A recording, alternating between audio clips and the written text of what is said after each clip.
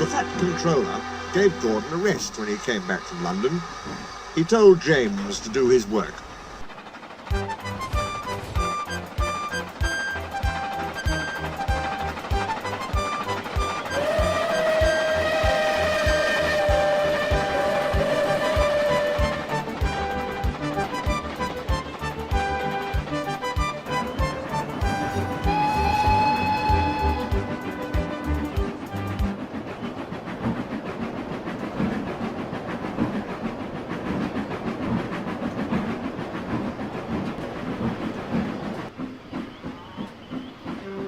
You know, little Toby, he said one day, I'm an important engine now. Everybody knows it. They come in crowds to see me flash by.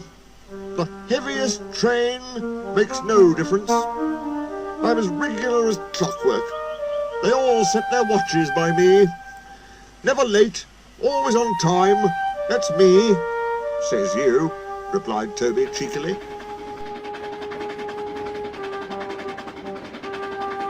Toby was out on the main line. The Fat Controller had sent him to the works. His parts were worn. They clanked as he trundled along. He was enjoying his journey. He was a little engine, and his tanks didn't hold much water, so he often had to stop for a drink. He had small wheels too, and he couldn't go fast. Never mind, he thought. The signalmen all know me. They'll give me plenty of time. But a new signalman had come to one of the stations. Toby had wanted to take Henrietta, but the Fat Controller had said, "No! What would the passengers do without her?" He wondered if Henrietta was lonely. Percy had promised to look after her, but Toby couldn't help worrying. "Percy doesn't understand her like I do," he said. He felt thirsty and tired. He had come a long way. He saw a distant signal. Good, he thought. Now I can have a nice drink and rest in a siding till James has gone by.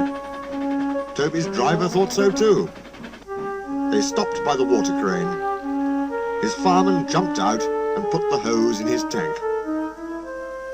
Toby was enjoying his drink when the signalman came up.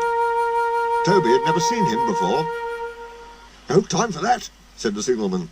"We must clear the road for the express." "Right," said the driver. "We'll wait in the siding." "No good," said the signalman. "It's full of trucks. You'll have to hurry to the next station. They've got plenty of room for you there." Poor Toby clanked sadly away. "I must hurry, I must hurry," he panted.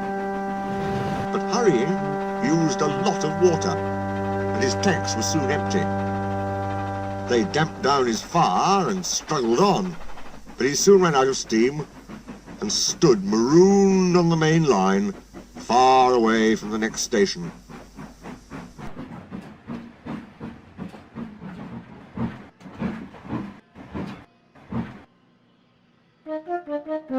The fireman walked back. He put detonators on the line to warn James and his driver. Then he hurried along the sleepers.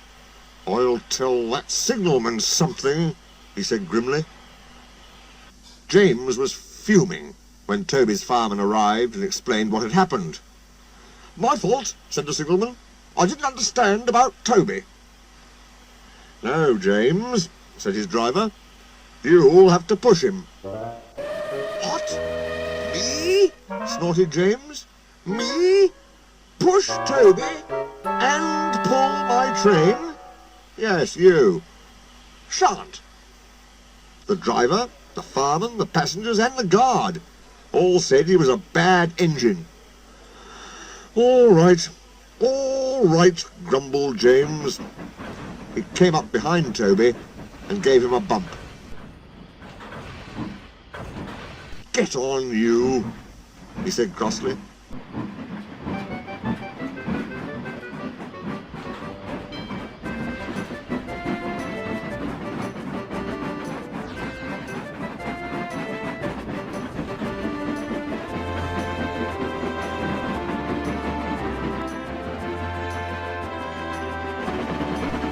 James's driver made him push Toby all the way back to the works.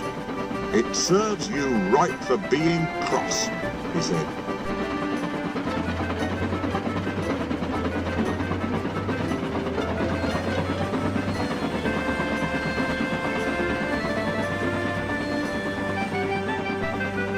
James had to work very hard, and when he reached the workstation, he felt exhausted.